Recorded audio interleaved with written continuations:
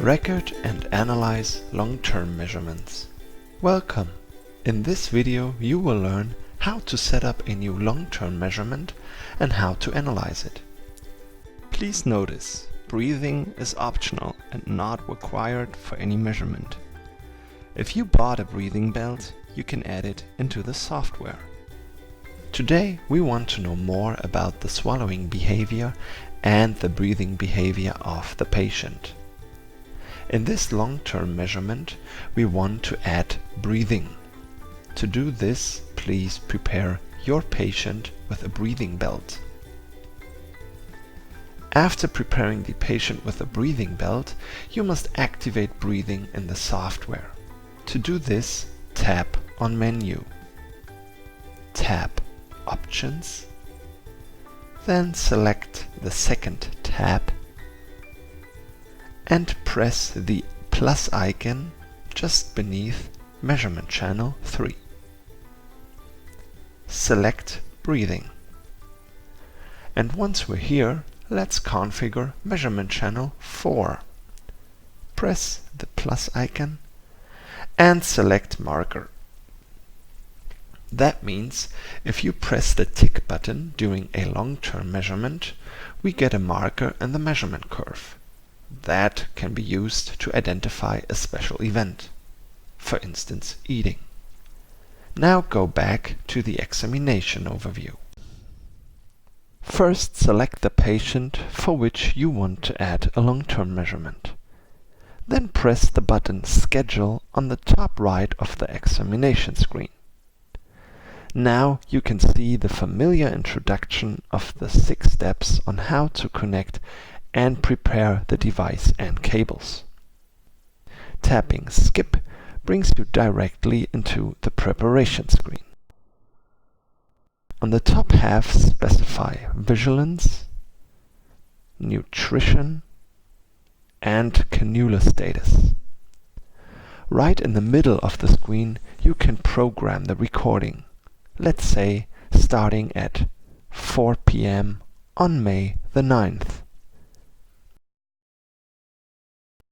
And ending at 8 p.m. on the same day. After selecting Start and Endpoint, tap Upload Data to Device, and the data will be transferred via USB onto the measurement device. In a pop-up message, you will get the information that the scheduled time was successfully uploaded. Confirm this by tapping OK.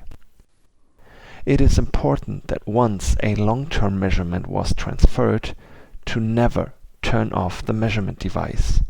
Otherwise, the measurement will be cancelled.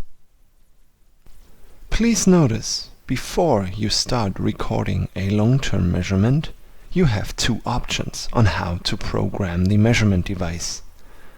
The first option is to program the device when the patient is already connected to it. The second option is to program it before the patient is connected. You can choose what will work for you better. When the recording starts, the LED above the standby button changes from green to orange and indicates that the measurement is started. When the endpoint is reached, the LED changes back to green and turns itself off. After connecting the measurement device with the tablet or notebook, select the patient that got recorded. Tap on the long-term measurement that got scheduled, and the data will be transferred automatically. Please notice that the LED on the right underneath the standby button shines in a blue color, due to transferring data. When file transfer is done, press the tick symbol on the measurement device, and the device is ready to be used for any other measurement. Let's imagine the question if the battery lasts for another measurement. To get this information, press the tick, and you see the LEDs shine. One LED shining means 5% battery life left, about 20 minutes of recording possible. 2 LEDs equals 50% of battery life, about 2 hours of recording possible.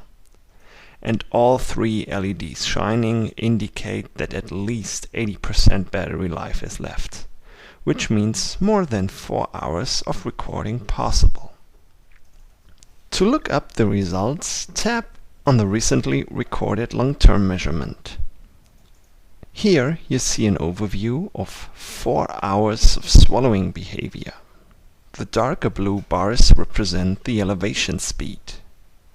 The lighter blue bars represent the maximum elevation. And the line graph visualizes the swallow frequency. The percentage gives information about the range of risk.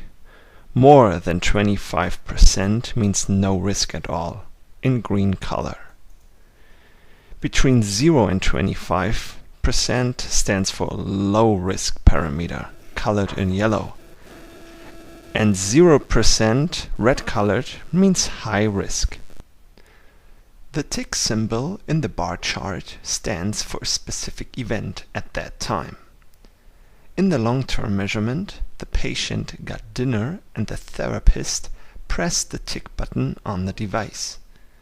Interesting is the swallowing frequency, elevation, and speed while eating. A general overview of the mean is in the top half of the screen. Here you see the mean elevation, speed, and swallow frequency. The speed and elevation are shown in a 30-minute interval. Tapping plus or double tap on the bar chart will scale it up to a 15 minutes interval. Double tap again scales it up to a 5 minutes overview. With the help of the plus and minus button, you can zoom in and out of the overview. Tapping again on the screen opens the 4 hours of long-term measurement. Now it is possible to jump from swallow to swallow and look at the elevation and the swallows. Tap on Result for quick information of the number of swallows, mean speed, elevation and duration. Tapping on Details to create a PDF with the mean and also every single swallow in a nice overview. This is RehaIngest long-term measurement.